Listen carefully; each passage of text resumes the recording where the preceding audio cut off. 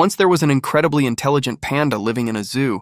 One day, the zookeeper accidentally left his cage door open. Seizing the opportunity, the panda wandered off to the nearest bar. There, a stunning woman invited him back to her place.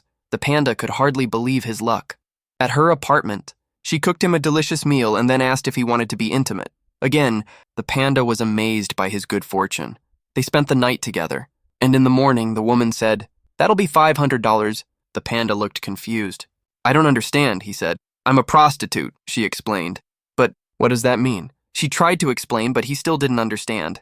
So she grabbed a dictionary and showed him the entry for prostitute, a woman who has sex for money. The panda nodded, then casually turned the page to Panda. "Could you read this one for me?" he asked. The woman read aloud. "Panda eats, shoots, and leaves. An elderly lady takes the bus every day and always sits right behind the driver. Every ride, she leaves a handful of nuts for him. This goes on for years, until one day the driver says, 'Madam, I've enjoyed your nuts for years, but I have to stop eating them because of my weight.' 'Oh, don't worry,' she replies. 'I'll just throw them away.' 'Wait, why don't you eat them yourself?' he asks. She smiles and says, 'Oh, I don't eat the nuts. I just like sucking the chocolate off them.' After many years of marriage, a man asked his wife, 'Have you ever cheated on me?' She replied, 'Never.' But he pressed, and finally she admitted, 'Yes, 3 times, but I only did it for you.'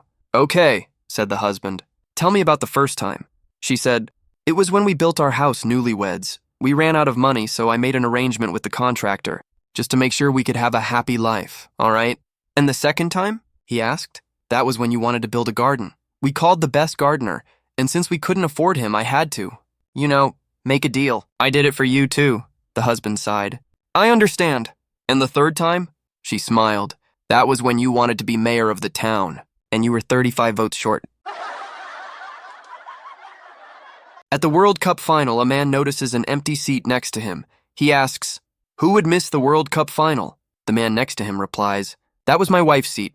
We've been to the last 5 finals together, but she passed away.' 'I'm so sorry,' says the first man. 'Couldn't a family member take her place?'